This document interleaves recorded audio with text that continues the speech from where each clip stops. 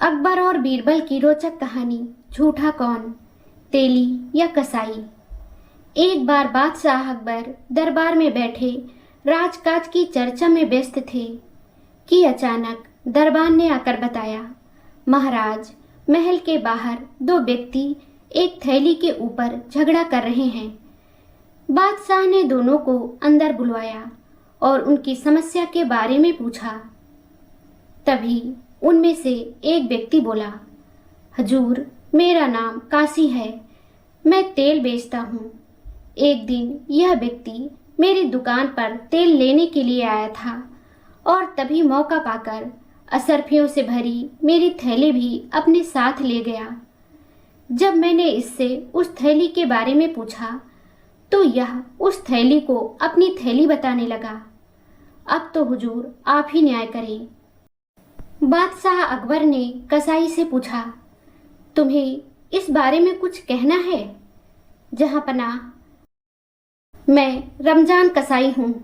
जब यह आज मेरी दुकान पर आया तब मैं आज के बिके हुए मांस से आई असरफियों को गिन रहा था कि इसने मेरे हाथ से थैली छीन ली और अब उसे अपनी बता रहा है।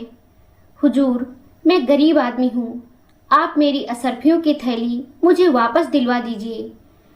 दोनों का पक्ष सुनकर बादशाह सोच में पड़ गए कि आखिर सही कौन है, किसके हक में फैसला सुनाए। तब उन्होंने बीरबल से सच पता लगाने के लिए कहा और उन दोनों को बाहर भेज दिया। बीरबल ने सेवक से एक कटोरे में पानी लाने को कहा और थैली में से कुछ असरफियां निकाली। जब सेवक पानी ले आया तो बीरबल ने वो असरफियां उस पानी में डाल दी और फिर बादशाह से कहा, हुजूर, ये असरफियां तो कसाई की हैं, क्योंकि इन्हें पानी में डालने पर तेल का कोई भी कण नहीं दिख रहा। अगर ये असरफियां तेली की होती तो इन पर थोड़ा बहुत तेल जरूर लगा होता। बीरबल की बात से बादशाह अकबर भी पूरी तरह सहमत हो गए।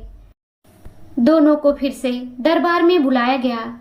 बीरबल ने तेली से कहा, तुमने झूठ बोला है, यह थैली तुम्हारी नहीं, रमजान कसाई की है। लेकिन तेली अभी भी उस थैली को अपनी बता रहा था। जब वह अपनी बात पर अड़ा रहा तो बीरबल ने उसे वह कटोरा दिखाया और कहा, अगर यह असरफियों से भरी थैली तुम्हारी होती तो इन पर तेल जरूर लगा होता। बीरबल की बात सुनकर काशी नाम का तेली चुप खड़ा हो गया। बादशाह ने तेली को झूठ बोलने के जुर्म में कारागार में डलवा दिया और कसाई को उसकी थैली लौटा दी। कहानी की सीख। इस कहानी से हमें यह सीख मिलती है कि सच्चाई चाहे कितनी भी छिपाई जाए, अंत में सामने आ ही जाती है।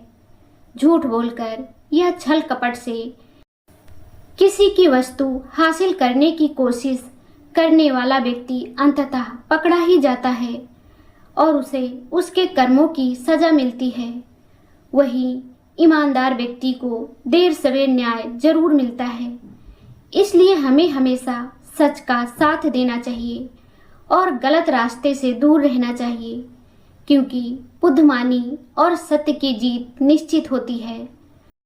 दोस्तों, यह कहानी आपको कैसी लगी हमें कमेंट करके ज़रूर बताएं। अगर आपको ये कहानी पसंद आई हो तो लाइक ज़रूर करें, शेयर करें और चैनल को सब्सक्राइब करना ना भूलें।